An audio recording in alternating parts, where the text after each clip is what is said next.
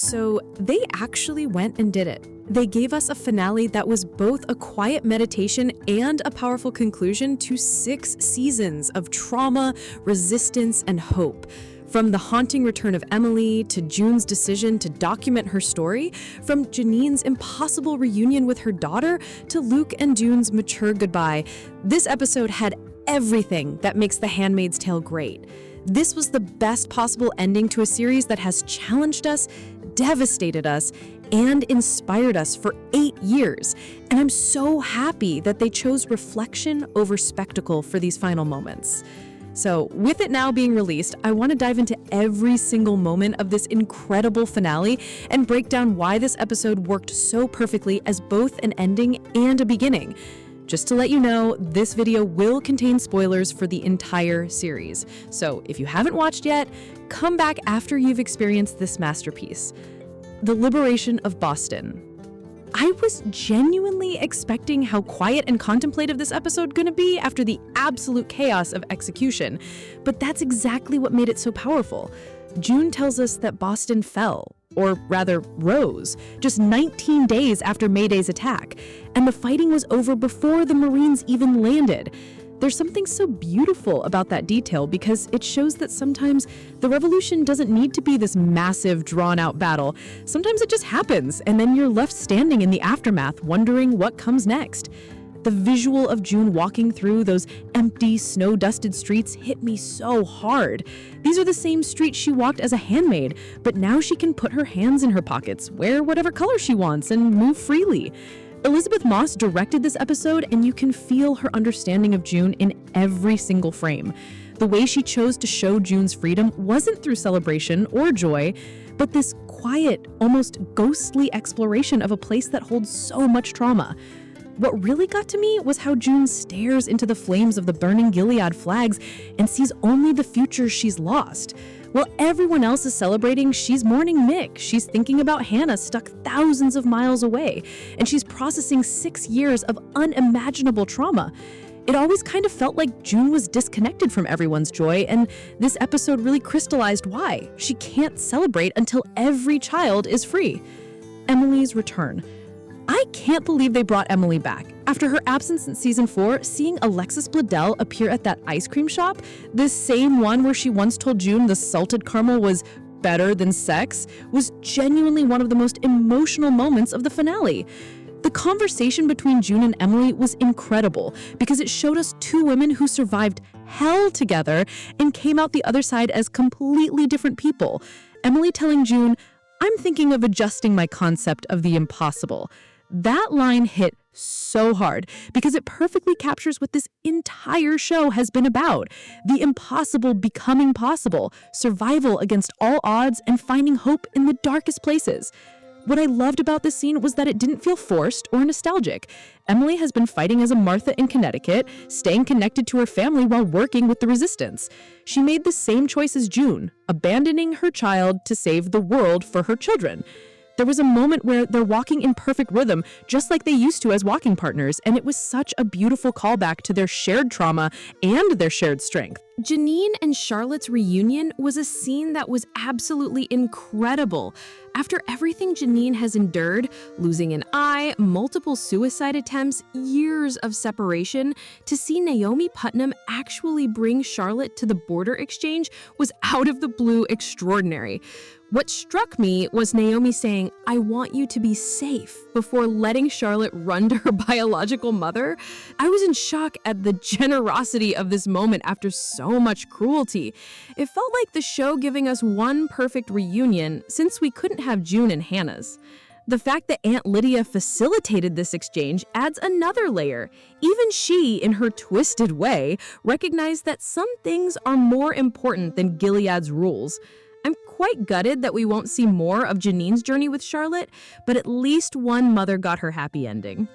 And that scene about June's fantasy sequence where she imagines singing karaoke with all the women she survived alongside, seeing Alma and Brianna again, seeing Janine with both eyes, watching all these vibrant women living the lives they should have had, it was wish fulfillment in the most heartbreaking way possible.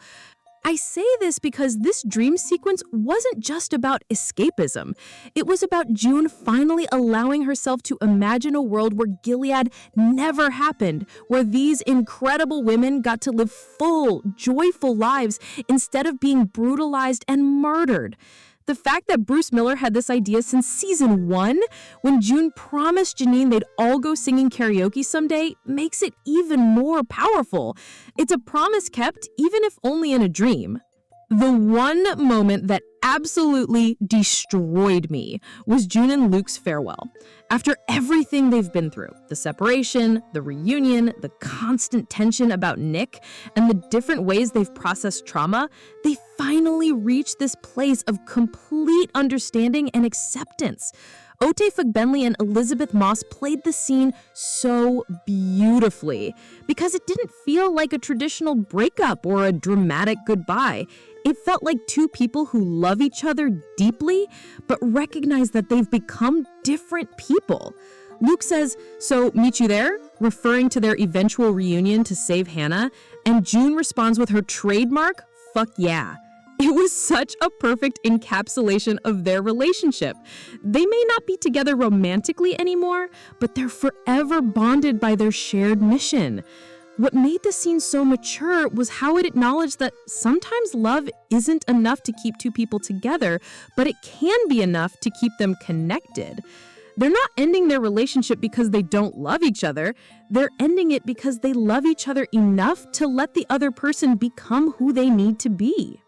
I was genuinely surprised by how much Serena's storyline affected me in this finale. Her conversation with June, where she finally receives forgiveness, felt like the culmination of 6 seasons of the most complicated relationship on television. Yvonne Strahovski played Serena's vulnerability so perfectly. This woman who has lost everything and is finally forced to confront who she really is. June telling Serena, "You're his mother, just be that," was such a powerful moment because it stripped away all the politics and power games and reduced their relationship to its most basic truth. Serena is a mother who loves her son, just like June is a mother who loves her daughters. The forgiveness June offers isn't about excusing what Serena did, it's about freeing both of them from the toxic cycle they've been trapped in. I think we all knew that June needed to let go of this hatred to move forward. The image of Serena in that communal refugee room whispering to Noah that he's all she ever wanted was kind of heartbreaking. After building Gilead and destroying so many lives, she's left with nothing but the motherhood she claimed to value above all else. It's going to be interesting to see how she rebuilds from here, though we probably won't get to see that journey. The return of Holly, bringing baby Nicole to June, add another layer to the theme of mothers and daughters. Holly's suggestion that June write down her story for Hannah was the catalyst for the finale's most important decision. What shocked me was Holly's immediate willingness to continue caring for Nicole while June returns to the fight. The parallel between June leaving her daughter and Holly having done similar activism when June was young feels very intentional. 3 generations of women, all separated by the fight for freedom. It was a moment that hit so hard. The final scene. It was actually the final scene that revealed the true genius of this entire series.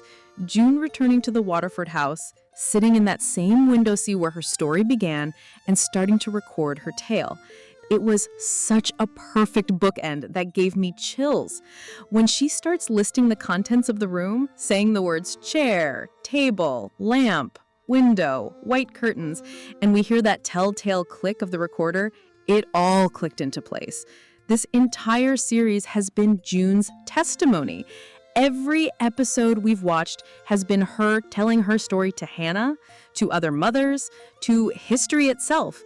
The trauma we've witnessed, the love we've felt, the hope we've clung to, it's all been June's way of reaching across impossible distance to touch her daughter's hand.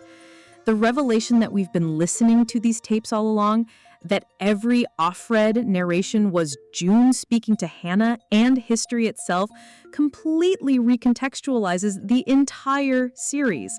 It always kind of felt like the show was building to June writing her story, especially given her background as an editor.